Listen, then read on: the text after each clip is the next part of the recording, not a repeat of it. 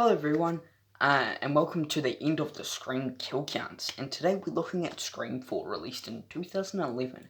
The last film directed by Wes Craven before his death in 2015. Scream 4 is a movie that, in many accounts, isn't necessarily the original three films positioned as open and shut trilogy. Each installment commenting on tropes in the variety stage of horror franchises. Why make a fourth film, especially 11 years after the last one? Well, because since 2000, when Scream 3 came out, many horror classics were getting rebooted and remade. And though Scream 4 was created to comment on what happened when franchises are brought back from the dead, it also comments on the series that run themselves into the ground. With fictional Stab franchise going on 7 installments, at this point, Sidney, Gale, and Dewey are reunited in the place where it all began in Woodsboro, California, and a brand new slew of murders start cropping up and rounding out. The cast is a bunch of fresh faces, all eager to get killed. Speaking of the kills, let's get to the killings. The movie begins as many of the others do with a phone call. Sleepover pals Trudy and Sherry get harassed by old pal Ghostface after chatting about the current slate of horror genre, and No Time to Die. Less than 4 minutes in to get killed by Ghostface, jumped out and stabs Trudy, which Trudy is the first kill of the movie. 3 minutes in, stabbed in the chest. Let me just confirm. There we go. With the only weapon he's ever shown a proficiency in the hunting knife, it was also a retraceable blade in the original 3. But the film uses the CG blade instead. I never noticed the second Ghostface pops out and slits Sherry's throat and then runs away, letting her do her nice dramatic death slide. So the second kill was Sherry 3 minutes in. 3 minutes in and throat slit. Letting her do a nice dramatic death slide in the corner, as we're left wondering why neither of these actors were well-known stars of breaking the trend. They aren't you. Trend. They aren't you. Scream 4, well, not actually, because it turns out this was Stab 6. That's right, none of these were real, but movies aren't real in general, so I'm still putting them up. I'm still putting those kills on the list.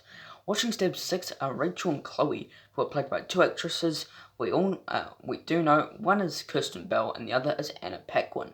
Anyway, this makes us feel a lot more at home in this series.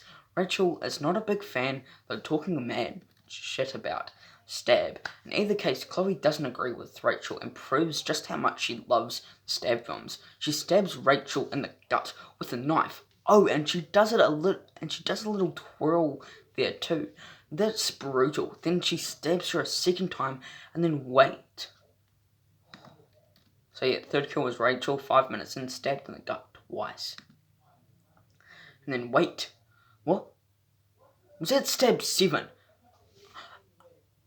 I was watching Stab 6 and then beginning of Stab 7. What? Now that I don't know or who I'm watching, what do I trust in this movie? It's hard for me to take these new chicks seriously, but Jenny tells Marnie that they live in Woodsboro, so I guess I can take her word for it, or maybe I should, since Marnie gets a phone call and turns out to be Jenny playing with her combos. Got cut short after Marnie yells over the phone and Jenny comes downstairs to find out her phone is on the floor and lights are out. Spooky scary. Marnie's body flies through the window, giving us our first quote unquote real kill in the movie. Looks like she was stabbed in the gut. I mean, that is a pretty safe bet. So yeah, that was a fourth kill, Marnie Cooper, 9 minutes in, stabbed in the gut, thrown through the window. That's a pretty safe bet. It's kind of the only thing Ghostface does. He pops in to say hello and chases Jenny up the stairs, but she doesn't keep bicycles on her staircase like any self-respecting horror film heroine. He manages to catch up with her and stabs her in the back. She crawls away, but before she can can get out of the garage, he crushes her with the door in a homage to Tatum's death in the original. He finally puts a real end to the real opening sequence of the movie with the trademark knife slash. So that was the fifth kill of the movie. Jenny Randall, 10 minutes in, and stabbed. I'm still so shocked from those fake out beginnings that I'm half expecting Wes Craven to take off the Ghostface mask. But no, we're hearing it for real now. In fact, we're back in Woodsboro where there's ghost faces hanging everywhere in very poor taste. Sydney's here too, but she's visiting, kicking off her book signing tour for her written experience of the Scream situation. Dewey, on the other hand, lives here and finally becomes a sheriff. He's got a deputy of his own now, Deputy Judy, and she definitely wants to get down and dirty with Dewey. Well, that's not good because you don't want to mess with Gail, do you? You know what she can do. Anyway, speaking about Gail, she's having a hard time lately, bored as hell in Woodsboro, quietly envious of Sydney's success and experiencing a nasty bout of writer block.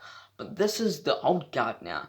We're here to talk about reboots and new ideas. Speaking about new ideas, here are some of the new characters like Sydney's cousin Jill. She's headed to school with her friends to cool ass Kirby, played by expertly by Hayden Panettiere, and this chick Olivia, who happens to live next door to Jill, gets a phone call from Ghostface, and he asks her the same old question: "What's your favourite scary movie?" So actually, I guess you can forget what I said about fresh new ideas. They get to school and talk about these weird book and cinema club nerds, Robbie and Charlie. Robbie looks weird because he got a little headset webcam thing that he uses 24/7. How does his afford the brand width? And Charlie looks weird because he's played by a Culkin. We also meet Jill's boyfriend. She's mad at him because plot reasons, dude. He has no personality, so don't feel bad if you lose him. And in the white bread section of the supermarket at Sydney's book signing, she reunites with Gail and Dewey. A round of hugs for the table for the house.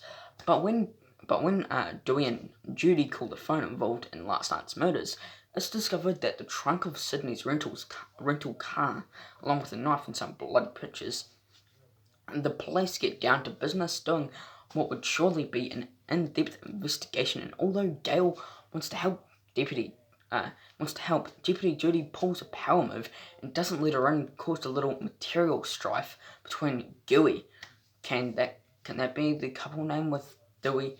Refuses to budge. Gail decides to go rogue and gets back to journalism so she can get her groove back on. And Anthony Anderson is here now. And Anthony Anderson is here. That night, Sydney goes to hang out at Jill's house along with Jill's mum's Kate, which would be Maureen's sister. A boyfriend guy appears in Jill's room, freaking her out a bit and giving Sydney some serious Billy Loomis vibes. When she walked in on them, she says goodnight to Jill, and on her way to bed, Judy comes out of the shadows to get real creepy with Sydney, telling her that they went to high school together, and she always noticed Sid, even if Sydney never noticed her. I know this is a classic Scream move to make everyone look suspicious. Everybody's a suspect. Yeah, Randy, I know. Alright, but I feel like this movie is like the last one. The writers went out their way to make a bunch of characters weird red herring, because, yeah, spoiler alert, Judy's not the killer. Also not the killer are these two cops who are stalking out Jill's house to keep an eye on Sydney. Anthony Anderson's character Perkins is a little pervy though. She can live next to me. Dude, we just saw that chick came home from high school. She's a high school girl. You're like 40. Doesn't stop the movie from getting us a gratuitous bra shot, though, when Jill calls Olivia to do some crappy Ghostface impression. Yeah, well, Jill was chatting with Olivia on Kirby's phone. Jill's phone getting a call, and Kirby answers it that she thinks it's boyfriend guy, but turns out to be Ghostface, who says he's hiding in the closet when He says he's hiding in the closet. When they open it up, they find it empty because, as you may know, as you may have guessed, Ghostface was talking about Olivia's closet. He jumps out. Jill and Kirby see the attack from the bedroom window. Olivia gets stabbed straight through the hand, kicked into a table. Then Ghostface throws her around the room a bit before stabbing her in the back and throwing her on the bed. He goes to town on her stomach with his knife before finally tossing her through a window. Pardon me, just for good measures. It is a decently bloody kill that takes it up a notch. So that was our sixth kill. Olivia Morris, 35 minutes in, stabbed a ton and literally gutted. Sydney comes next door to find Olivia's body with her insides on the outside. Ghostface attacks Sydney and Jill, landing a slash on Jill's arm. But Sydney fights back. Like always, Ghostface disappears as the cops arrive. And some more like always, the suspicious boyfriend shows up right after all the. Over at the hospital, Robbie and Charlie are doing the extreme thing when Gail confronts them and asking to team up to figure out the whole thing out. They agree, mostly because Robbie wants to take a trip to Cougar Town. So going forward, we'll have a nice alliance between new and well media of a certain age inside Inside the hospital, Sydney fires her book agent Rebecca Walters because she is like Scream 1 Gail Weathers level nasty. Rebecca pouts her way out of the parking lot garage, taking to herself like a goddamn crazy person before her soliloquy is interrupted by a phone call. Guess who it is? It's Ghostface. When he tries to run back inside for safety, she discovers Ghostface has somehow locked the door and also made the handle super weak. So she's strapped against the wall when he storms her and stabs her in the gut. She takes a while to slide down against the wall and die, and if she wasn't fully dead, then she definitely is after Ghostface chucks her from a building and she crashes into the news van. You go ahead and check for the pulse, the amount in Dewey. I'm thinking she's loved it at 4 stories high. 4 stories up. Yeah, so the 7th kill was Rebecca Walters, 47 minutes in, stabbed in the stomach and thrown many stories. The next night, there is a stab movie marathon that Jill is not allowed to go, so she stays at home and chats with Sydney about what is it like being the final girl. Kirby goes to the stabathon because I guess the city doesn't care about highly publicized parties where high schoolers go to get drunk. I do enjoy people dressing like Dewey and Gale though. Real Gale also there slipping into a Ghostface mask to pull her tried and true hidden camera trick, putting a number of webcams all over the party barn. When she gets to her car and starts looking through, she watches the webcams get covered by a ghost face. She heads back inside because she's got to get the drunk high school or footage. Oh, and then she finds a second camera not set up by her. Ghostface comes behind and attacks her successfully, stabbing her in the shoulder. But Dewey shows up and shoots Ghostface away. Gail looks like she'll be fine, because there's no way that the franchise has guts to kill off Courtney Cox. While doing a perimeter check, Officer Hoffs notices that Jill's window is opened. When he goes back to Officer Perkins to relay the information, Ghostface runs up and stabs Hoss in the back. It's a simple kill, like most of these, and all it does is leave me wondering why they wasted Adam Brody in a 2-bit cop part. They got killed unceremoniously, and you're probably like, dude, they are also weak. Oh no, I won't say that yet. Then yeah, 8 is Officer Hoss, an hour and 4 minutes and stabbed in the back. And you're probably like, dude, they are wasting Anthony Anderson. And you're right, to some degree. I mean, he's the next one dead when Ghostface stabs him in the forehead. But check it. Ghostface takes the knife out of Perkins, and Perkins gets out of the car bleeding from his brain. He wobbled around for a bit, blind by blood. but still swinging a few punches before finally falling down to his death. This might seem improbable, but Craven based it on real life incident, and I think it is freaking great. Yeah, so that is the ninth kill. Officer Perkins, an hour and 5 minutes, and stabbed in the forehead. In the house, Sid is all jumpy and gets scared by Kate coming home from a grocery run in the most suspicious hour possible. This is the kind of shit I'm talking about. Why would she be shopping right now? Whatever, the phone rings and Sydney answers it, and yeah, of course it's Ghostface. Hey Sid, maybe try not to answering the phone sometimes. Maybe just let the machine get the next one. Ghostface threatens her family, so she runs upstairs and finds Jill has flown the coop, apparently picked up a Kirby to head to the party. When Sid and Kate try to piece out why they are attacked by Ghostface, who they successfully lock out of the house, but Ghostface still manages to stab Kate in the back through the mail slot. Damn mail slots and landlines phones. This may be a modern upgrade to the franchise, but part of it is always going to be stuck in the 90s. So that was the 10th kill. Kate Roberts, an hour and 9 minutes, and stabbed in the back. Continuing, Judy shows up, but Sid doesn't trust her, so she GTFOs to go and find Jill. Jill's chilling with Charlie and Robbie at Kirby's house, and hey, look, who's here? Wait. Boyfriend guy. He claims Jill texted him to come over, but she says no.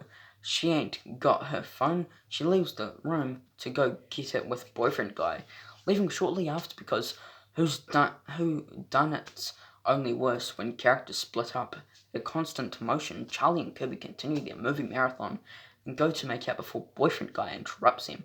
Thanks dude, just because you can't get any doesn't mean you can cock block. Charlie storms off with blue balls, while Kirby sits on the couch and does some amazing face acting, solidifying herself as the most enjoyable new person in the cast. Meanwhile, Robbie's out back drunkenly vlogging when Ghostface comes out of the house and stabs him in the chest. He tries to run away, but Ghostface catches up to him, getting him one more in the back and knocking him out to the ground. Robbie tries to execute to survive. You can't. There's rules. I'm gay. But it doesn't work because obviously Ghostface stabs him once more and Robbie ends up stumbling to his death on the front porch. I don't know where they came up with the whole gay people live and reboot thing, but it seemed pretty forced, and I don't have a problem with gay people. I support LGBTQ+. Anyway, before Robbie died, Sydney showed up, so Jill and Kirby are now on the run from Ghostface. Jill hides underneath the bed upstairs, while Sydney and Kirby end up. So Jill hides underneath the bed upstairs, while Sydney and Kirby end up running into the basement. Charlie shows up outside the basement patio door, but Sydney admonishes Kirby not to let him in. She can't trust him, so he's left out in the cold as Ghostface attacks him, and then as Sydney and Kirby watch the screen cut to black. Was that supposed to be him turning off the lights? Was that light made him pitch black? Nah, man. That was a simple editing cut. And it feels real cheap, then the lights came back up, aka the editors dissolved back into the shot, and Charlie is tied up in a very orphaned fashion.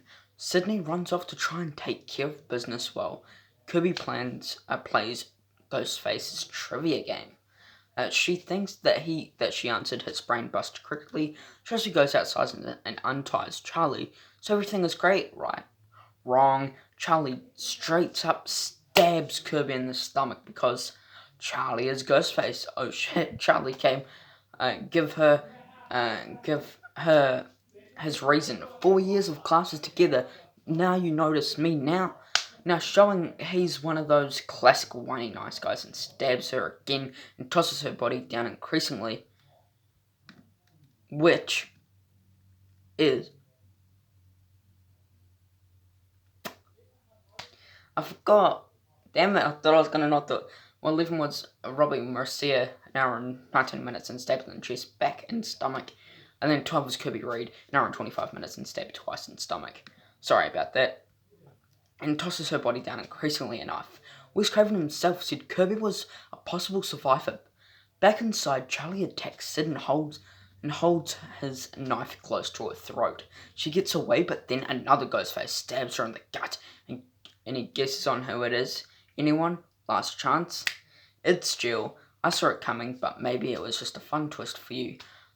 Jill and Charlie have uh, Jill and Charlie have been recording all their kills, and they're going to upload them to make them traceable uh, to the boyfriend guy who they're planning on framing, because framing someone is just part of the Scream handbook, and we do not stray from the handbook. We make a scream.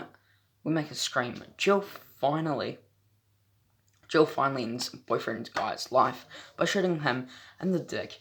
Ouch, that gotta hurt. And then puts one in his head, making our 13th kill of the movie. What was his name again? Travie, whatever. Boyfriend guy. So your boyfriend guy. An hour and 27 minutes and shot in the crotch and head.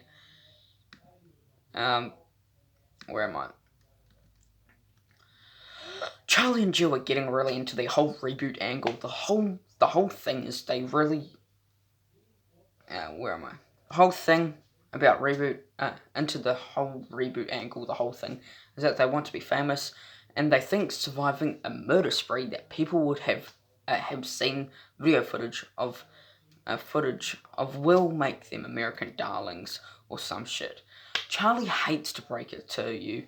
You're never going to be anyone's darling. That's not happy jail face. That's not a happy jail face to pay even more shire to the original movies. Charlie and Jill bring back the classic Bill and Stu stabby stab fun times to make themselves look like victims.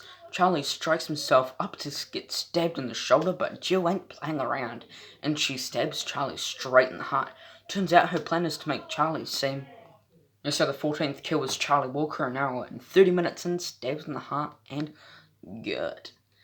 So Charlie, tough break for Charlie, but for someone so well steeped in mythos of these movies, you should have known the second federal villain always gets backstabbed. Jill stabs Sid in the gut again, and she falls down. And I actually thought maybe they killed her, but nope, they didn't. Spoiler alert. Then Jill goes around mythologically. That makes no sense, but I don't care. Making herself look like a survivor, and all kinds of, and it's kind of fun to watch her. She scratches her in the face and pulls her hair out with boyfriend's hands and stabs herself against the wall with a knife. And if that wasn't enough, she smashes her head against the picture and stage dives into a glass table before finally collapsing next to Sydney for a really nice Facebook cover photo.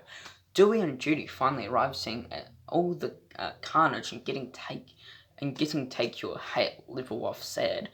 Jill was carted out on the stretcher, where he gets a taste of adoration and fame she always wanted. But she comes off her high in the hospital, where the Doommeister drops a bombshell on her. Sid might make it. She leaves her bedside. Jill wastes no time sneaking into Sydney's room to finish the job, and because it's Scream, she makes a horror movie reference. What are you, Michael fucking Myers? They wrestle around the hospital room for a bit while Jill, being a real bee, and punching Sid in the gut wound. And when Dewey rushes in to save her, he gets a fucking beatdown from Jill with a bedpan. Well, he gets his ass whipped. Just be thankful it's empty, dude. Gail and Judy show up, but Jill holds him at gunpoint, even shooting Judy just for the shits and giggles. While Gail distracts Sydney, grabs the defibrillators and starts charging them up. Gail, yes, answers and set Sydney up for a punchline here. Claire. Jill gets a 360 Jills to the head and collapses on the ground. I know Jill is pretty dead right there, but she is smoking. No, literally, there is smoke coming out of her body. Do not call me an Axel. Besides, she's not even really dead. She grabs a shard of glass and comes behind Sydney for one last attack, but Sydney shoots her by now seasoned veteran of the killer's last hooray at these movies. Just love to comment on the part of their playbook. Sydney lies down next to Jill in a cute mirror version of the earlier shot, with Jill dead, the dead one this time, and our 15th kill of the movie. Jill Roberts' 15th kill, an hour and 42 minutes in, electric shocked and shot in the head. And final victim. Yep, that's 15 because Judy is still alive. I know you were so worried about her. Well, she had a, what are they called? Body armor thingy. Yeah, anyway. Right outside, the reporters give Jill the praise she fought and killed, knowing that she's dead, and also, a murder and ironic ending perfect for an ironic series. That was always commenting on itself, and now it's the part where I go to the scaling. 15 people died, with 10 being female and 5 being, well, male, of course. And significantly more than the original trilogy, even though 3 of the killers were fictional characters. Were male and pretty stark gender imbalance though. Again, 3 of those were in movie characters, with a runtime of 110 minutes on Scream 4. So 5 of them being male and 10 of them being female. With a runtime of 110 minutes, Scream 4 had a kill on average every 7.3 minutes, by far the most frequent in this series. I'm gonna give the coolest kill to Jill Roberts, of course. I like how Sydney electric shocked her to the head. That was just so cool to watch on screen. But there were some other cool kills like Officer Perkins and Olivia, but my dumbest kill will have to go to the first death of the movie. Well, the fake death. I was Trudy. I think it could have been way cooler, but just a stab to the chest is not that cool. But there were some kills I disliked, which was Rachel and Officer Hoss. But that is my first series done, and another one coming, which is Halloween. I like Scream 4 more than Scream 3, but it still felt like a cliche more than a commentary on cliches. Hope you all enjoyed my Scream 4 kill count. Stay tuned to my Halloween coming out Sunday or Monday or maybe Saturday. I don't know when it'll come out, but yeah, just stay tuned to that. And yeah, hope you enjoyed it. Please subscribe to my channel, it'll be a big help. Thanks for watching. Take care. Oh wait, no, before I end, yeah, there'll be more Scream content, so don't be, oh, I want Scream content. Yeah, there'll be still heaps coming. But yeah, I hope you enjoyed it. Please subscribe to my channel, it'll be a big help. Thanks for watching. Take care. Peace.